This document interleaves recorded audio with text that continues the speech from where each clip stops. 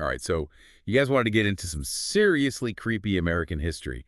And we're diving into this podcast called Cursed History, America's Forgotten Nightmares, to do it. I love that podcast. The hosts, Alex and Sam, they have this like super infectious energy. It's like you're on a ghost hunt with your best friends. Mm-hmm. In this episode, it's all about cursed mansions, haunted hotels, even a terrifying doll. I mean, come on. I'm ready. Let's do it. I'm so excited to see what we find. I feel like Cursed History does a really great job of like blending those historical facts with all the spooky folklore around those facts, right? Yeah. It kind of reminds us that history isn't just, names and dates and all that boring stuff. It's the stories we tell about those events that make it really come alive. Right. And those stories can actually reveal so much about how people saw the world.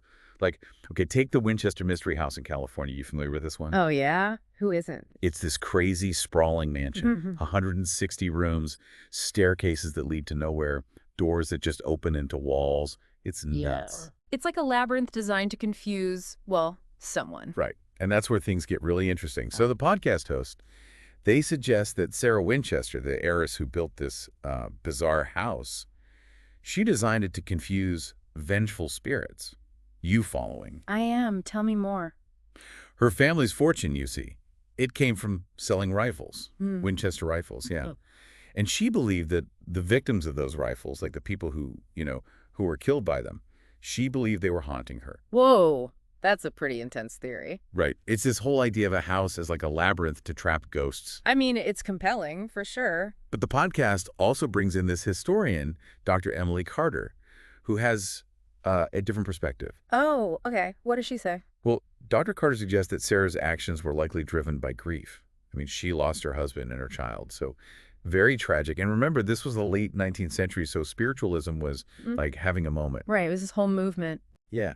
It was gaining popularity. It offered people solace, a way to connect with their loved ones who had passed. So instead of vengeful spirits, you have this woman grappling with unimaginable loss. And she's seeking comfort in this movement that promised, communication with the dead. That adds a whole other dimension to the story. It does. It like humanizes Sarah Winchester, reminds us that sometimes the most bizarre actions can come from really human emotions, right? Like grief, the need for connection. Totally. Makes you wonder how much of history we've misunderstood because we didn't understand the emotional context. Absolutely. And that's what makes this whole deep dive so intriguing. We're not just exploring spooky stories, we're peeling back the layers of history and like human psychology. That's fascinating. But okay, let's not forget the spooky part. Yeah. Even if Sarah wasn't trying to confuse ghosts, visitors to the Winchester Mystery House, they still report some seriously strange stuff happening. What kind of stuff? Give me the good stuff. We're talking cold spots, unexplained footsteps, even sightings of a ghostly carpenter still hard at work. I mean, come on. A ghostly carpenter. Okay, now that's creepy. Right. It makes you wonder if Sarah is still building from beyond the grave. Is she trying to reach out? Are visitors just letting their imaginations run wild? Who knows? That's the question, isn't it? Is it truly haunted, or is it just a blank canvas that we project our fears and fascinations onto? Right. I mean, this deep dive doesn't give us the answers, but it definitely makes you think. I love that. I love when a story makes you question things. Me too. Okay, so from a mansion that might be a message from beyond the grave, let's shift gears to a hotel with a seriously chilling reputation. Ever heard of the Stanley Hotel in Colorado? Oh, yeah. That's the one that inspired Stephen King to write The Shining, right? That's the one. And let me tell you, the stories they tell about that place, they're enough to make you want to sleep with the lights on. You're not kidding. That book still gives me nightmares. So the Stanley, it was built in 1909. It's this grand old hotel with a fascinating history, but it's the alleged ghostly activity that really draws people in, I can see why. So what have you heard? Any specific stories that stand out? Oh, there are tons.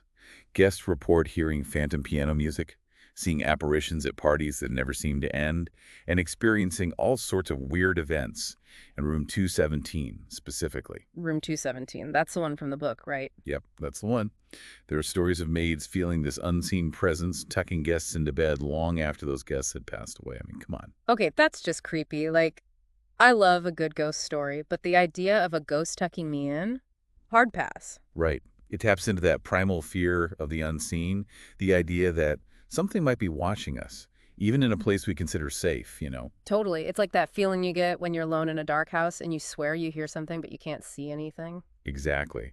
So why is the Stanley such a hotspot for paranormal activity? What makes it different from any other historic hotel? Well, the podcast features this paranormal investigator, Luis Ramirez.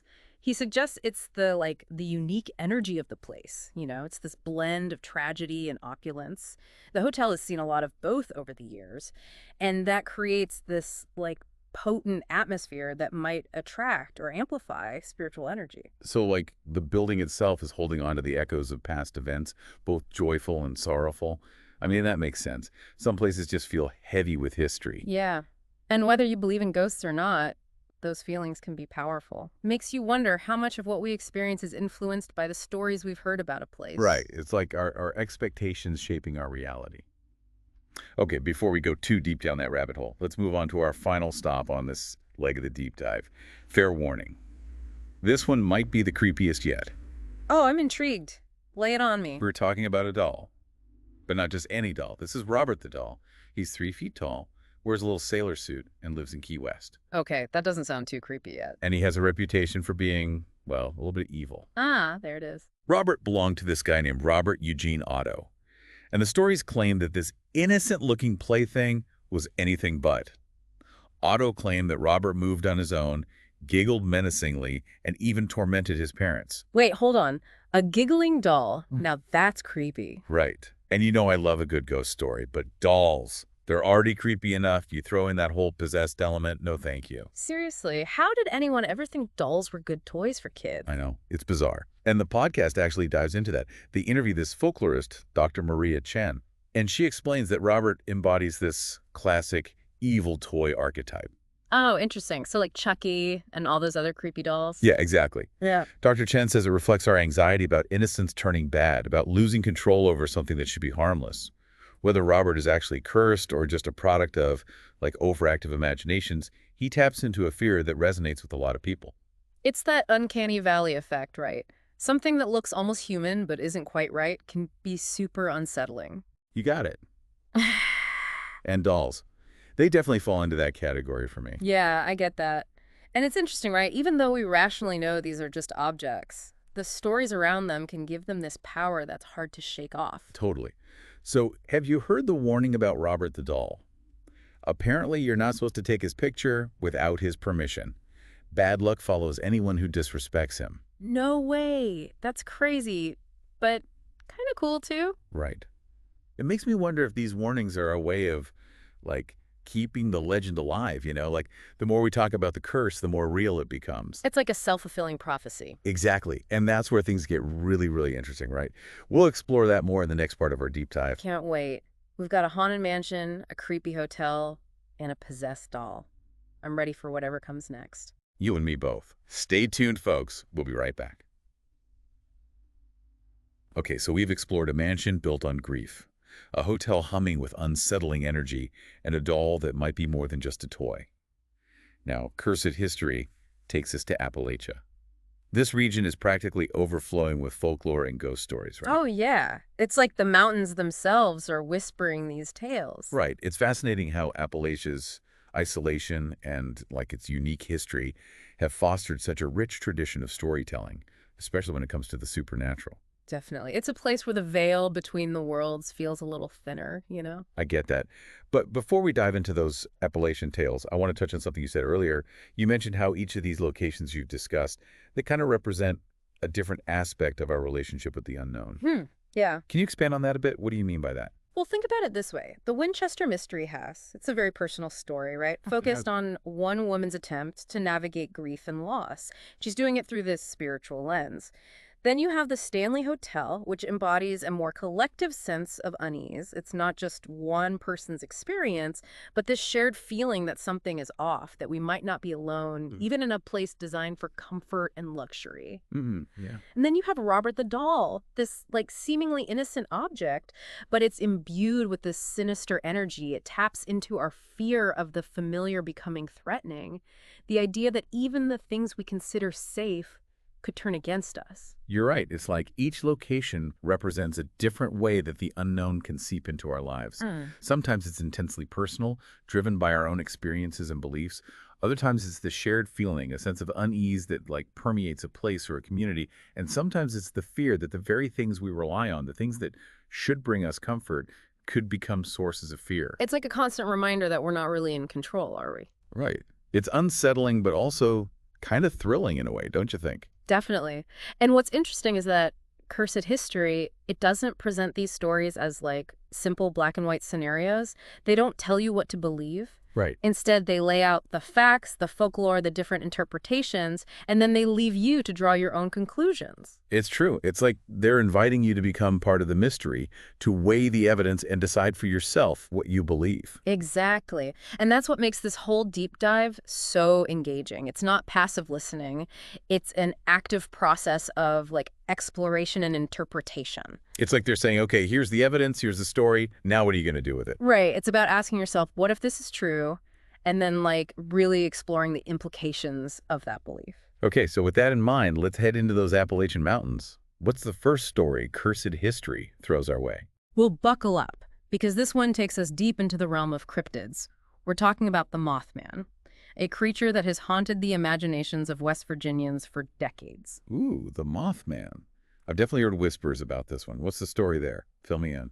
So the legend goes that in the 1960s, people in Point Pleasant, West Virginia, they started reporting sightings of this large winged creature, and it had glowing red eyes. They called it the Mothman. And these sightings were often accompanied by like strange occurrences, unexplained lights in the sky, electrical malfunctions, even premonitions of disaster. That's creepy. I remember reading somewhere that the Mothman sightings, they were linked to the collapse of the Silver Bridge, which was a huge tragedy that killed 47 people. That's right. Some people believe the Mothman was like a harbinger of doom, you know? A supernatural entity that appeared to warn people of the impending disaster. I mean, I get why some folks might dismiss these kinds of stories as just superstition, but the fact that so many people reported seeing this creature and that these sightings were linked to such a significant event, it makes you wonder if there's something more to it, right? That's a question that kind of hangs over this whole episode of Cursed History, isn't it? Where does folklore end and reality begin? Are these just tall tales? Or are they reflections of something real, something we can't fully explain or comprehend? It's a good question. Mm-hmm. And it's one that we grapple with over and over again in this deep dive, right? Yeah. It forces us to confront the limits of our knowledge, the possibility that there are things in this world that defy our rational understanding. Yeah. And I think that's what draws us to these stories in the first place. Right. It's that sense of mystery, the possibility that there's more to reality than meets the eye. Absolutely. And I think that's what makes these stories so enduring. They offer us a glimpse into the unknown, the mysterious, the things that keep us curious and questioning the world around us. Well said. Okay. So we've got a creep or cryptid potentially foreshadowing a tragic event. What other Appalachian mysteries does Cursed History have in store for us? Well, from the mountains we head to the coast, where we encounter the tale of a haunted lighthouse. It's the story of this keeper named Samuel Abbott, whose negligence was said to have led to a shipwreck. And now his ghost is said to haunt the lighthouse, seeking redemption for his past mistakes. A haunted lighthouse. I love it. There's something so evocative about those lonely, windswept structures standing guard against the sea. They're practically built for ghost stories. You're telling me. And this particular story, it plays on that sense of isolation and the weight of responsibility that comes with being a lighthouse keeper. Right. Samuel Abbott, he was tasked with keeping the light burning, right? A beacon of safety for ships navigating these treacherous waters. But according to the legend, he failed in his duty, and his negligence had tragic consequences. So now his ghost is trapped there, reliving that fateful night over and over again, unable to escape the guilt of his actions. That's the idea. And what I find interesting is that the story doesn't just focus on Abbott's guilt, it also touches on the idea of redemption, the possibility that even in death we can seek to make amends for our past mistakes. I like that. It adds a layer of poignancy to the story, don't you think? It does. It reminds us that even ghost stories can have a moral compass, a message about the consequences of our actions and the enduring power of guilt and the desire for redemption. It's like he's trying to warn others to prevent similar tragedies from happening.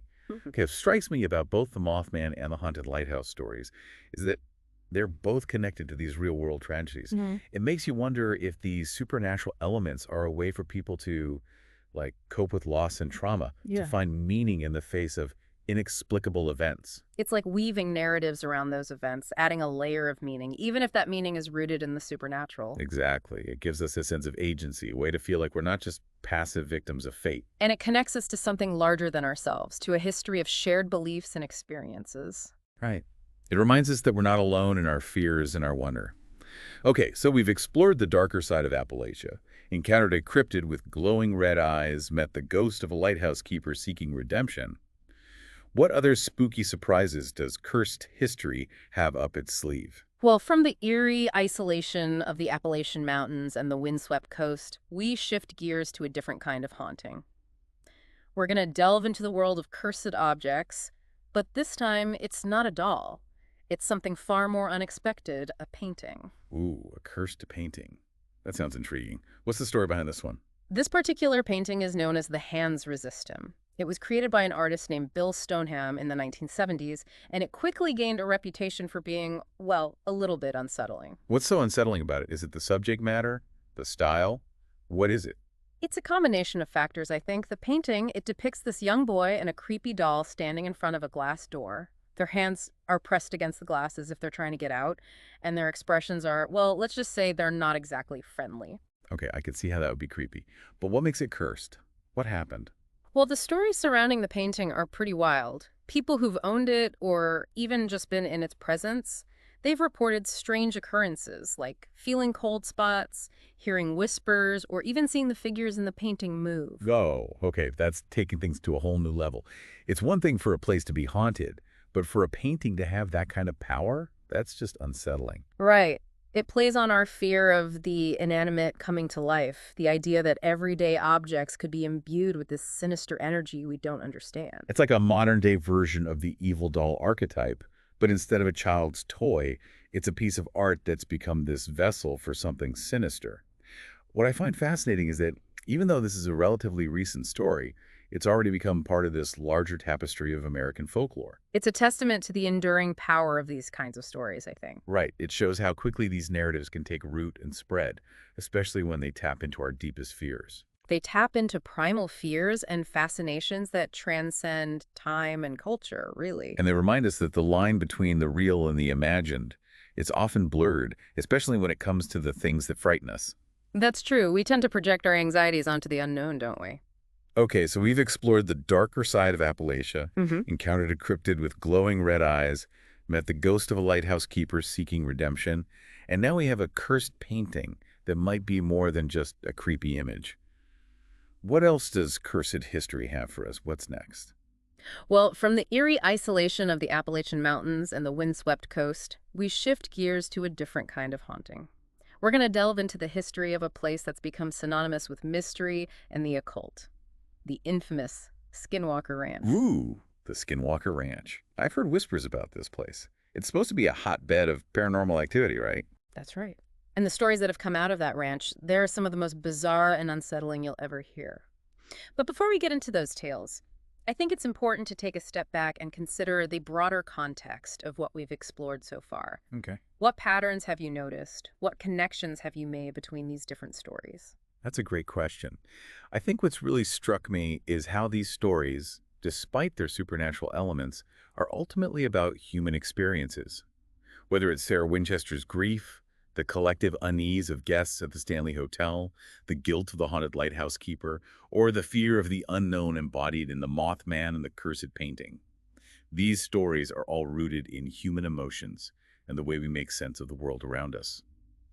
You've hit on a key point there. These stories aren't just about ghosts and monsters, are they? They're about us, about our hopes and fears, our beliefs and doubts, our attempts to understand the unexplainable and find meaning in the face of tragedy and the unknown. Exactly.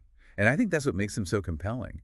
They offer a glimpse into the depths of human experience, the parts of ourselves we don't always want to acknowledge, but that are nonetheless a part of who we are. It's like holding up a mirror to our collective psyche, isn't it? Right. And sometimes what we see in that mirror can be pretty unsettling, Yeah. but it's also incredibly fascinating. Absolutely. And with that in mind, I think we're ready to tackle the Skinwalker Ranch. Are you prepared for some truly mind-bending tale? Bring it on. I'm ready to dive into the heart of the mystery. All right, so we've explored haunted houses, we've met some creepy cryptids, even encountered a cursed painting. And now it's time to tackle a location that's practically become legendary in the world of paranormal investigation, Skinwalker Ranch. Yeah, the stories about that place, they really push the boundaries of what we consider possible. It's true. As we wrap up this deep dive into cursed history, Mhm. I can't help but think about how all these stories, no matter how spooky they get, they always seem to come back to the human experience. Whether it's Sarah Winchester and her grief, or the guests at the Stanley Hotel feeling this collective unease, even that lighthouse keeper's ghost trying to find redemption, they all have this human element at their core. You're so right. These stories, they're not just about ghosts and monsters and things that go bump in the night. They're about us, you know? Our fears, our hopes, the way we try to make sense of a world that can often feel really chaotic and unpredictable. It's like they're holding up this mirror to our own anxieties and fascinations, our relationship with the unknown, you know what I mean? Yeah, and it's fascinating how these stories, as spooky as they are, actually offer a way for us to explore those deeper parts of ourselves, the stuff we don't always like to talk about. Right. It's like a safe space to confront our fears and our, like, deepest questions about life and death and what might be out there. Exactly. And what I really appreciate about Cursed History is that they don't try to force any answers on you. They present the facts, the folklore, the different interpretations, and then they let you decide what you believe. Yeah, it's refreshing, right? They're not telling you what to think. They're just giving you the pieces and letting you put the puzzle together yourself. Right. They're like, here's the evidence. Now what are you going to do with it? Yeah. It's up to you to draw your own conclusions. And that's what makes this whole deep dive so engaging. It's not passive listening.